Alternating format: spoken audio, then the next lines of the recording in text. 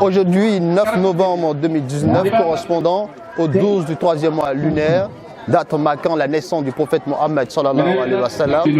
Pour célébrer et manifester leur joie, les membres du Grand Khadim Rassoul ont organisé une cérémonie de prêche et de cantique devant la cour du Cheikh Malik Konaté à Abobo, quartier mauritanien. Au cours de cette cérémonie, les fidèles musulmans sont sortis massivement pour bénéficier de la toute première intervention de prêche animée par l'imam Mahdi Guindo. Celui-ci s'exprimant sur l'existence inégalée et inégalable du prophète Mohammed sallallahu alayhi wa sallam avant de laisser place à son éminence le Cheikh Malik Konaté, conférencier principal de cette cérémonie. الرحمن الرحيم الحمد لله رب العالمين الرحمن الرحيم ملك يوم الدين إياك نعبد وإياك نستعين اهدنا الصراط المستقيم صراط الذين أنعمت عليهم غير المغضوب عليهم ولا الضالين آمين يا رب. اللهم صل على محمد وعلى آل محمد كما صليت على إبراهيم وعلى آل إبراهيم آمين. وبارك على محمد وعلى آل محمد كما باركت على إبراهيم وعلى آل إبراهيم آمين. وارحم محمدا وعلى محمد كما رحمت على إبراهيم وعلى آل إبراهيم آمين في العالمين إنك حميد مجيد آمين يا رب. اللهم صل وسلم وبارك وكرم ومجد على سيدنا محمد الفاتح لما أغلق آمين والخاتم لما سبق ناصر الحق بالحق آمين والهادي إلى صراطك المستقيم آمين يا رب. وعلى آله حق قدره ومقداره العظيم آمين. سبحان ربك رب العزة عما يصفون آمين وسلام على المرسلين والحمد لله رب العالمين آمين. السلام عليكم ورحمة الله وبركاته.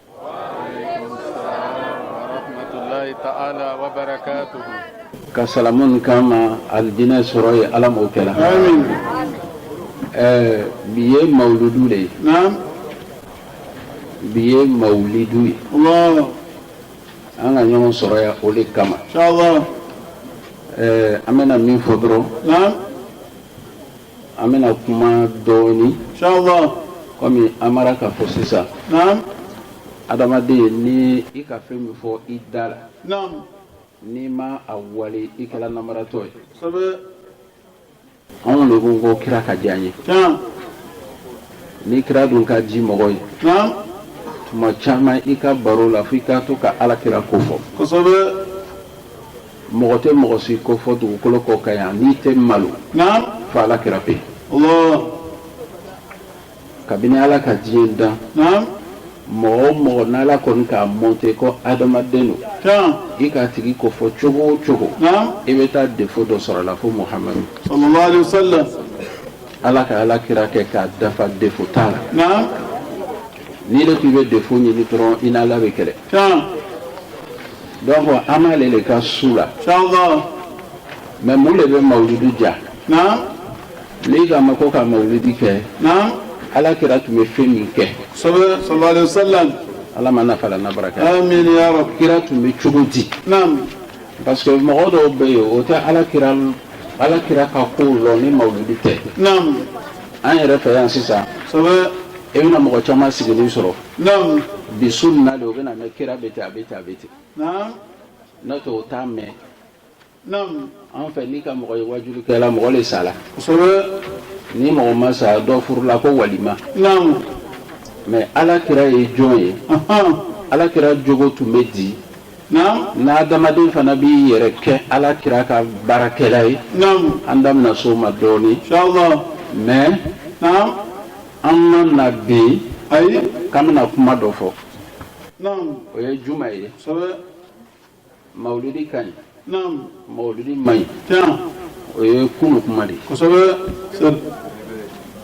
mauludi le daga non mauludi te daga non o mena o e ça me kumali ça c'est dépensé parce que adamade non ni bi ka ko la ile jija yi tadro so kana to ka ko fela fle Allah no te itese non na adamade fana sela yoro do la ikanga teme kuma chamaka non adamaden ni sela yɔrɔ dɔ Sobe. i m'a ye jurumi sugu ka ca Nam. jurumi dɔ bɛ yen ile tɛ tɛmɛ a kan Nam. mais jurumi dɔ bɛ yen nin bɛ tɛmɛ a kan walama o tɛ kɛ O bɛ kɛ. an b'a laminɛ ka ɲɛ dɛ O bɛ kɛ. jurumi dɔw bɛ yen Nam. mɔgɔ dɔ bɛ tɛmɛ jurumi dɔ kan Sobe. mais mɔgɔ dɔ bɛ yen ale ma tɛmɛ a kan n'ale ka kɛ mɔgɔ t'a jate Nam. mais dɔ bɛ yen n'a ka kɛ a bɛ jate Sobe. kɛlɛ dɔw bɛ yen Nam. mɔgɔ dɔ bɛ yen n'a yera kɛlɛ ma k'a bɛ kuma caman kɛ la mɔgɔw b'a jalaki Sobe. mais mɔgɔw bɛ taa dɔ yɛrɛ wele ka na ko na kɛlɛ kɛ Nam. est ce que a tɛ kɛ ten Sobe. donc ne hakili la hakili b'a faamu Nam. alakira alayhi salatu wa salam Nam. a y'a mawulidi ko o kuma banna Sobe. n bɛ to k'o le fɔ Nam. diɲɛma bɛ ne bolo Ca. n ka diɲɛma nin n k'a feere ka wari sɔrɔ Nam. sini n k'a feere ka wari sɔrɔ salon n k'a feere ka wari sɔrɔ Nam. ni ne nana fɔ ne ye ko diɲɛma tɛ ne tɛ kuma i de fɛ Ayi. Nam. est ce que n bɛ kuma i fɛ Abada. a ka min ɲɛ ne b'o lɔ Ca. o kɔnɔna na Nam. alakira tun ye mɔgɔ de ye an ka mawulidi daminɛ ten Sobe. alakira tun ye mɔgɔ de ye a jugu bɛɛ cɛ ka ɲi Allah. n'an nana mawulidi kɛyɔrɔ an bɛna alakira liliya kuma mɛn an tɛna an yɛrɛ ta mɛn an t'an fa ta mɛn an t'an karamɔgɔ ta mɛn parce que n'i ka alakira to yen k'i yɛrɛ ta fɔ k'i karamɔgɔ ta fɔ Nam. k'o caya ka tɛmɛ kira ta kan i ka alakira janfa Allah. mɔgɔ tɛna mawulidi kɛyɔrɔ ka na fɔ ko ne bɛ ten Nam. parce que n'i le don an tɛna Sobe. an bɛ fɛ ka mɔgɔ dɔ de ya kuma mɛn cɛ dɔ Inshallah. cɛ min n'ala ka fisaya ka tɛmɛ diɲɛ bɛɛ kan Ca. ala ka jogo dɔ di an ma ko sabali Nam. mɔgɔ mɔgɔ sabalila dugukolo kɔ ka alakira sabalila n'a bɛɛ ye Allah. mɔgɔ mɔgɔ jogo cɛ ka ɲi dugukolo kɔ ka alakira jogo ka ɲi n'a bɛɛ ye Nam. alakira tun kɛra alayhi salatu wasalam Nam. ni dumuni tobila ka di a ma Sobe. parce que an bɛɛ de bɛ na an ta sɔrɔ a la Inshallah. n'o ka dumuni tobi ni nana di alakira ma Nam. Alamɛ. n'alakira ka filɛ n'a ma diya ye Nam. ele muso ka dumuni tobi ka na bila i kɔrɔ naani man di ye Nam. kini man di ye Nam. sogo man di ye k'i ye alakira filɛ Sallallahu alaihi alakira wasallam. tun bɛ min kɛ k'i y'o kɛ Nam. k'i kana n'a fɔ a ta ka bɔ n kɔrɔ mawuludi diya dɔ de ye alakira tun bɛ cogo min Nam. a t'a fɔ ko ele na ni ta ka bɔ n kɔrɔ Nam. a t'a fɔ fana ka dumuni kɛ k'a man di alakira ma de ko fɔ an baasi ye k'i ya dumuni man di Nam. alakira ma fɔ an baasi ɲɛna Nam. ko i bolo man di Nam. ne hakili la an k'a faamu Sobe. ko Nam. ko an n'u fana Sobe. ko ni dumuni tobila k'an na Nam. n'a ma diya an ye Nam. ko an y'an bolo don a la dɔɔni Sobe. k'o dumu Ca. ka sɔrɔ k'an jɛngɛ k'an tigɛ ko k'an kana fɔ a ta ka taa ka bɔ yen Nam.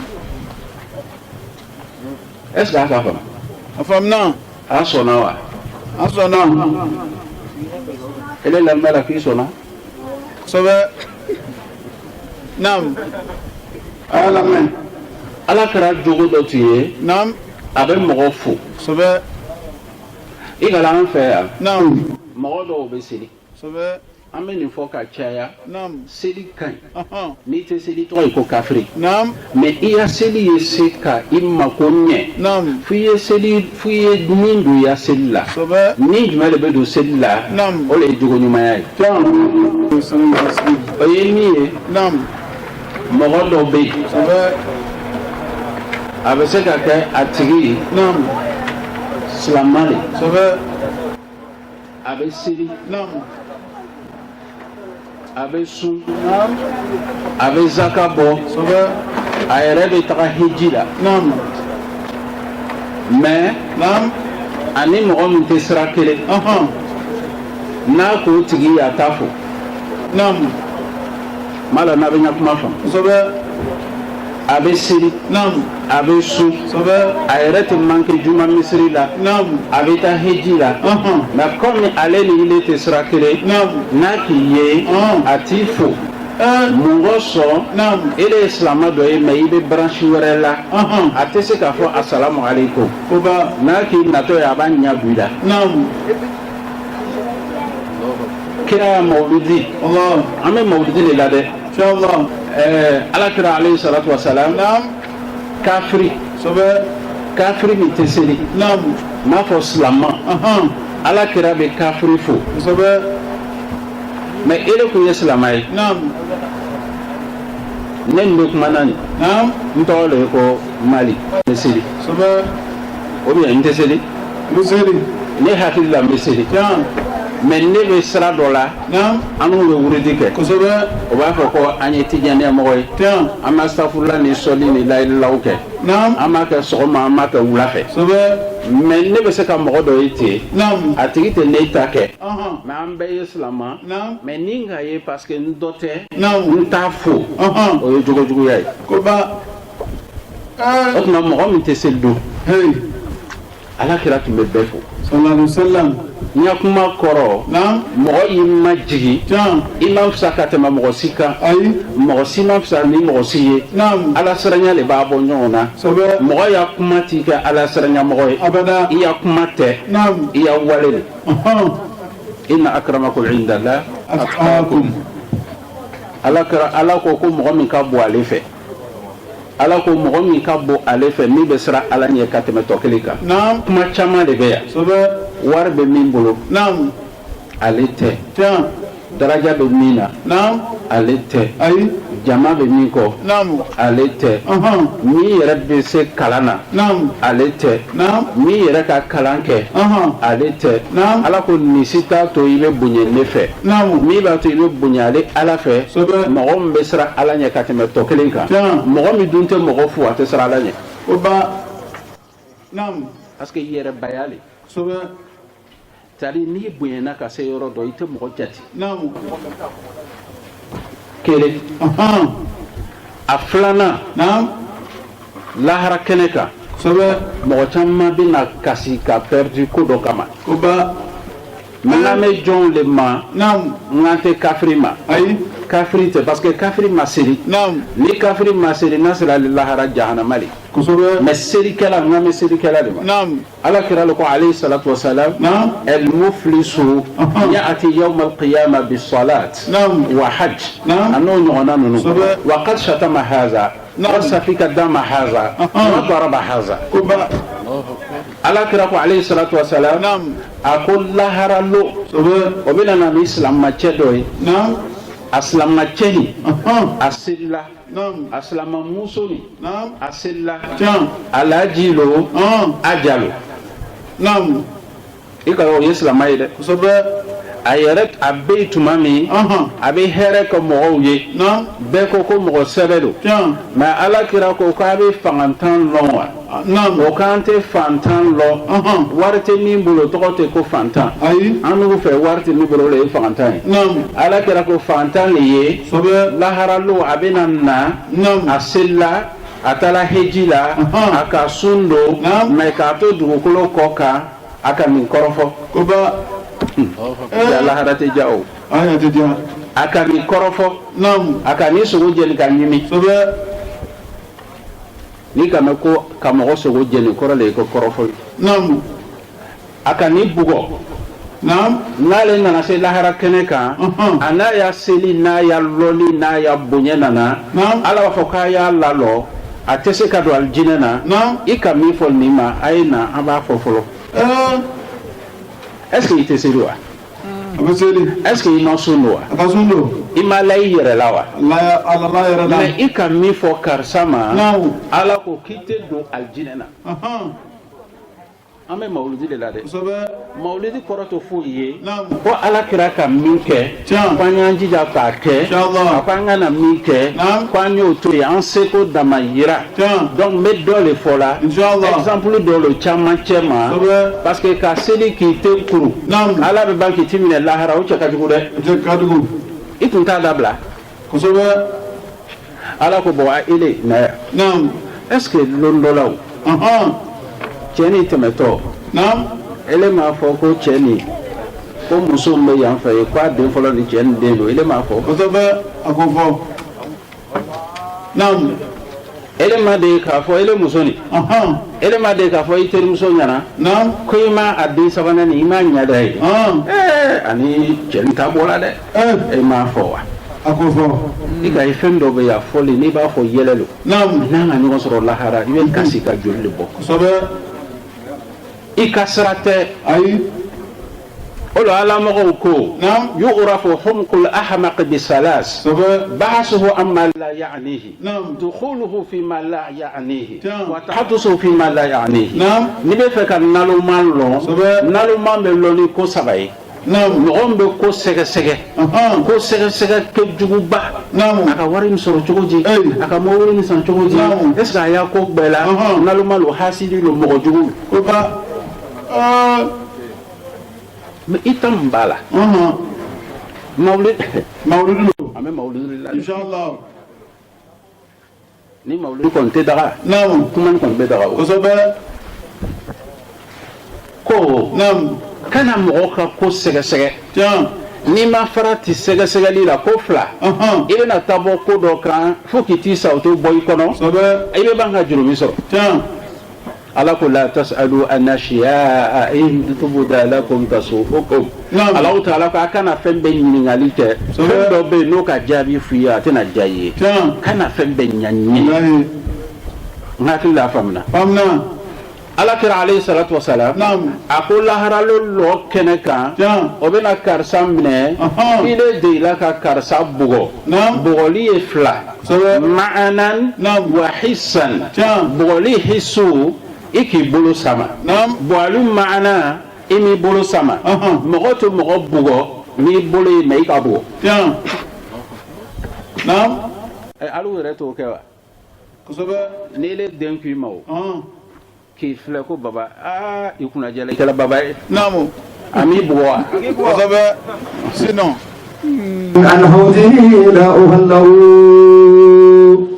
ملائكة الرحمن قالت بفضله وهنت كما هن الحبيب لوصله حرام على الأيام إيجاد مثله أمن إلى تقديم بموته لأله لعلي أروى بالذي كنت أسمعه أحب النبي الهاشمي محمدا تعالوا فإني لنبي محمد فلا قدر إلا دون قدر محمد تزينت الدنيا بنور محمد سعي الناس مرعوب بباس محمد صليت إلى مده نبي محمد يا رسول الله محمدا يا نبي الله محمدا يا حبيب الله محمدا لولاه ما خلقت شمس ولا قمر لولاه ما ألقيت عذر ولا نذر لولاه ما أنزلت أي ولا صور الصلاة والسلام عليك يا رسول الله الصلاة والسلام عليك يا نبي الله الصلاة والسلام عليك يا حبيب الله أحب النبي الهاشمي محمدا أجل الورى ذاتا وأصلا ومعتدا وأثيبهم نفسا وأطولهم يدا أطاب له الرحمن نشيا ومولدا فما زال ممن خالف الحق يبرؤون على كل فن فضل الله فنه فتدلى قاب قوسين إذ دنا فتدلى قاب قوسين إذ فنال المنى عفوا وزاد على المنى وهذا الصناء يظهر الشمس بسنا هي ورازي المهدي للدين والدنا فلا الانس يستشقي ولا الجن ينزو تقدم فيهم وهو عنهم مؤخر مظهر الاسرار الفؤادي منور من النور ما بين الانام مصور صفي نجيل مصطفى متخير فيبني الذي يبني ويقسي الذي يقسي فيا ربي يا رحمن فاستر عيوبنا فيا ربي يا رحمن فثبت قلوبنا فيا ربي يا رحمن ذنوبنا ويسر لنا المقصود في الدين والدنيا كل شيء عيبنا ويسر لنا المنى وارض عن اتجاه النور والسماء وصلي على المختار زي سودة الأمين وصلي على المختار زي سودة الأمين.